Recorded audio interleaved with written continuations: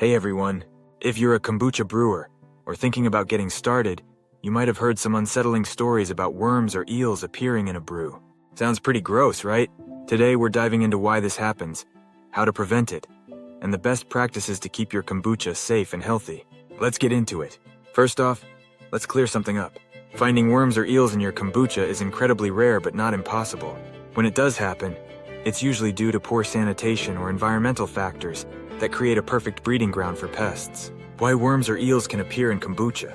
The most common culprits are fruit fly larvae, which can look like tiny worms. Fruit flies are attracted to the sugary environment of kombucha, and if they find a way into your brew, they can lay eggs.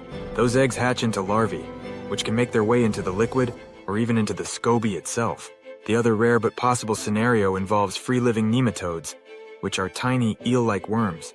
These can be found in contaminated water or poorly sanitized brewing equipment. While it's a bit of a horror story, proper care can make sure you never have to deal with this. How to avoid worms or eels in your kombucha. Okay, so now that we know how worms or eels can get into your brew, let's talk about how to avoid this nightmare scenario. The key is cleanliness and proper brewing practices. Start by thoroughly washing all your brewing equipment with hot water and a mild, non-toxic soap. Avoid using metal utensils, as they can react with the kombucha and harm your SCOBY. Instead, use glass, plastic, or wooden tools. Next, cover your kombucha jar with a tightly woven cloth or paper towel and secure it with a rubber band. This will keep fruit flies and other pests out while still allowing the brew to breathe. Make sure there are no gaps or loose areas where flies can sneak in. Brewing in a clean environment is also crucial. Fruit flies are attracted to food scraps, garbage, and any sugary substances, so keeping your kitchen clean and free of these attractants is a must. Consider brewing in an area that's away from open windows or doors to further reduce the chance of pests getting in. Best practices for safe kombucha brewing. Now that we've covered how to prevent worms or eels from appearing, let's talk about some general best practices for brewing kombucha safely.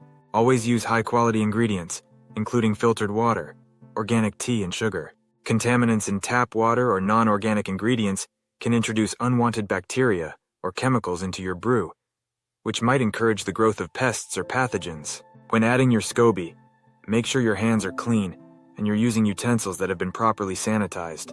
Handle the SCOBY as little as possible to reduce the risk of contamination.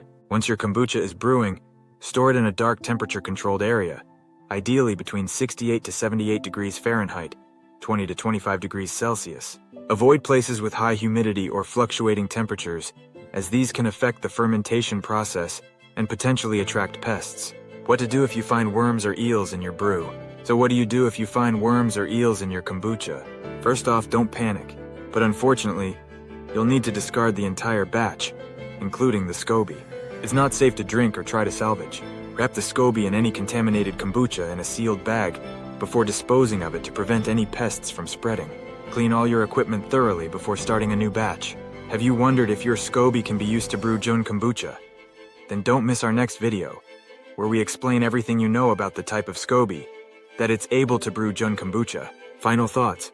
While the idea of worms or eels in your kombucha might be unsettling, the good news is that with proper care and attention to cleanliness, it's easy to avoid. Stick to the best practices we've discussed today, and your kombucha brewing experience will be safe and satisfying. Thanks for watching. If you found this video helpful, be sure to give it a thumbs up and subscribe for more kombucha tips and brewing advice. Have any questions or kombucha horror stories of your own? Drop them in the comments below. I'd love to hear from you. Happy brewing. Until next time, keep it clean and keep it fizzy.